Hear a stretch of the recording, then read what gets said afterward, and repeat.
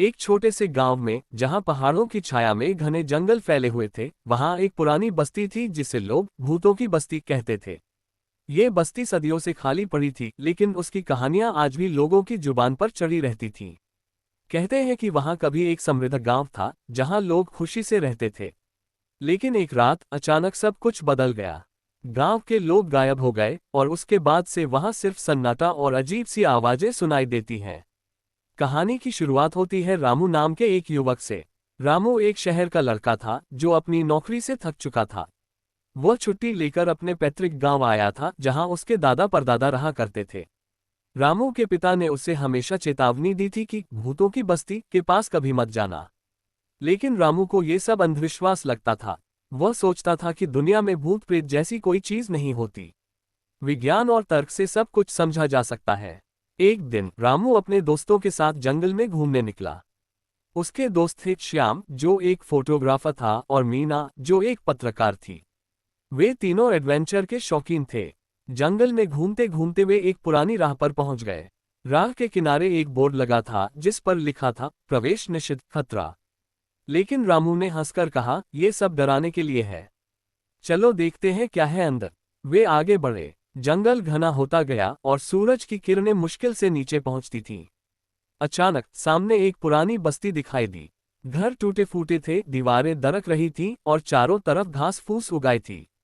लेकिन अजीब बात यह थी कि घरों में कुछ सामान अभी भी वैसा ही पड़ा था, जैसे लोग जल्दी में छोड़कर गए हों।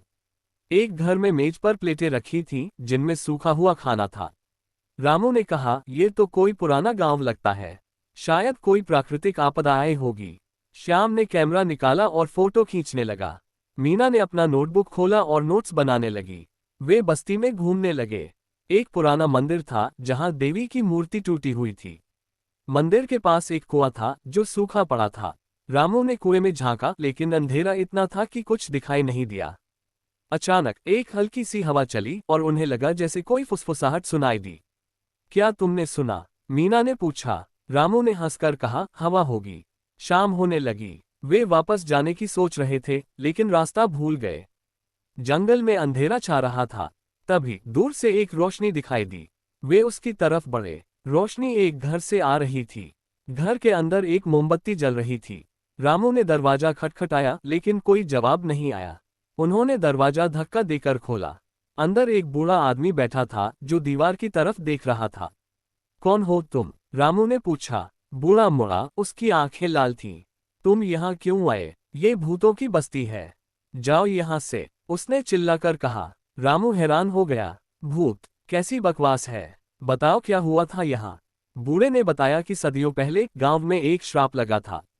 गांव के सरदार ने एक जादूगरनी को मार दिया था और उसने मरते वक्त श्राप दिया कि गांव के लोग कभी शांति से नहीं मरेंगे। वे भूत बनकर यहाँ घूमेंगे।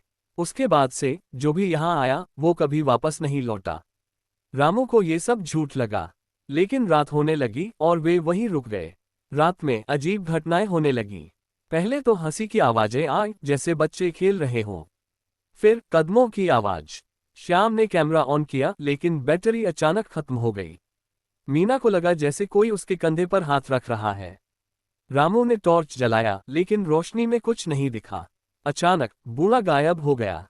वे डर गए। बाहर निकले तो बस्ती में रोशनी जल रही थी, जैसे पूरा गांव जाग रहा हो।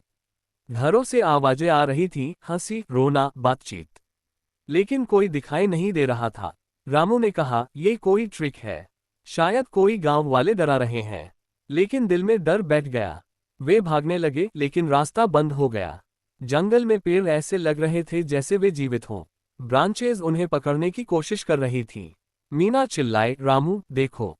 पीछे मुड़कर देखा तो छायाएं चल रही थीं, लंबी काली छायाएं। वे भूत लग रही थीं। रामू ने हाथ पकड़ा और भागे। किसी तरह जंगल से बाहर निकले। लेकिन श्याम पीछे रह गया। वे चिल्लाते रहे, लेकिन श्याम नहीं मिला। अगले दिन रामू और मीना गांव लौटे। उन्होंने पुलिस को बताया, लेकिन पुलिस ने कहा कि वो बस्ती सालों से खाली है। कोई बूढ़ा वहां नहीं रहता। श्याम की तलाश की गई, लेकिन कुछ नहीं मिला। रामू को लगा कि शायद वो सपना था। लेकिन मीना के पास कुछ फोटो थे जिनमें छायाएं दिख रही थीं। रामू ने फैसला किया कि वो वापस जाएगा, श्याम को ढूंढने। लेकिन दिल में एक डर था, क्या वो भूतों की बस्ती में फंस जाएगा। रामू और मीना गांव में लौट आए, लेकिन श्याम की याद उन्हें सता रही थी। रामू रातों को सो नहीं पाता था। उसे सपनों में वो बस्ती दिखाई देती जहां छायाएं नाच रही होती। मीना ने अपनी पत्रकारिता का इस्तेमाल किया और पुरानी किताबों में खोजबीन की। उसे पता चला कि भूतों की बस्ती का इतिहास बहुत पुराना है। 18वीं शताब्दी में वहां एक राजा का शासन था। राजा क्रूर था और उसने एक विच को मार दिया था, जो गांव की रक्षा करती थी। विच के श्राप से गांव के लोग अमर हो गए, लेकिन भूत बनकर। वे दिन में सोते हैं और रात में जागते हैं, नए लोगों को अपने साथ मिलाने के लिए। रामू ने मीना से कहा, हमें वापस जाना चाहिए। श्याम को बचाना है। मीना डरी हुई थी, लेकिन सहमत हो गई। वे तैयारी करके गए। टॉर्च, कैमरा, नमक कहते हैं भूतों से बचाता है, और एक पुराना ताबीज जो रामू के दादा का था। जंगल में प्रवेश करते ही हवा ठंडी हो गई। बस्ती पहुंचे तो दिन का समय था, सब शांत था। वे उस घर में गए जहां बूढ़ा मिला था। वहां कोई नहीं था, लेकिन दीवार पर निशान थे जैसे किसी ने खरोंच मारी हो। वे खोजने लगे। एक घर में पुरानी डायरी मिली। डायरी में लिखा था, हम मर नहीं सकते। श्राप ने हमें कैद कर दिया है। जो आएगा वो हमारा हो जाएगा। रामू ने पढ़ा और कांप गया। अचानक शाम हुई और आवाजें शुरू हो गईं।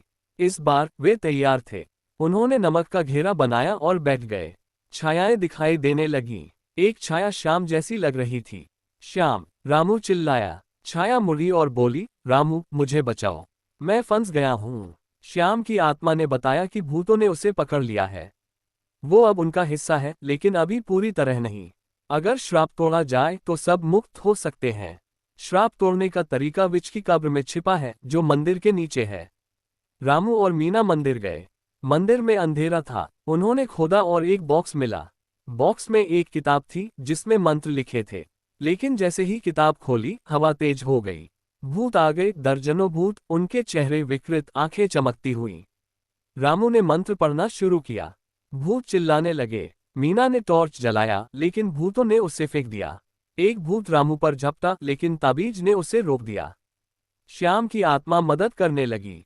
उसने भूतों को रोका। लड़ाई चली। रामू ने मंत्र पूरा किया और एक जोरदार धमाका हुआ। भूत गायब होने लगे, लेकिन विच की आत्मा प्रकट हुई। उसने कहा, तुमने श्राप तोड़ा, लेकिन कीमत चुकानी होगी। एक आत्मा यहाँ रहेगी। रामू ने पूछा, कौन? विच हंसकर बोली, तुम चुनो। रामू ने खुद को चुना, लेकिन मीना ने मना कर दिया। श्याम ने कहा, मैं रहूंगा, तुम जाओ। वे दुखी होकर लौटे, लेकिन रास्ते में श्याम की आत्मा दिखाई दी। मैं मुक्त हूं, उसने कहा। क्या श्राप टूट गया था, या ये नया जाल था? रामू और मीना वापस गांव आए, लेकिन शांति नहीं मिली। उन्हें लगता था कि भूतों की बस्ती अभी भी उन्हें बुला रही है। रामू को सपनों में विच आती, जो कहती, श्राप पूरी तरह नहीं टूटा, वापस आओ। मीना ने रिसर्च की और पता चला कि विच का नाम था ललिता। ललिता एक अच्छी जादूगरनी थी, लेकिन राजा ने उसे मार दिया क्योंकि उसने राजा की क्रूरता का विरोध किया था। श्राप था कि गांव के लोग भूत बने और नए लोगों को फंसाएं, ताकि राजा की आत्मा कभी शांति न पाए। रामू ने फैसला किया कि वो अकेले जाएगा। मीना ने मना किया, लेकिन रामू नहीं माना। वह रात में बस्ती पहुंचा। इस बार बस्ती जीवित लग रही थी। घरों में रोशनी, लोग दिखाई दे रहे थे, लेकिन वे पारदर्शी थे। रामू ने ललिता को बुलाया।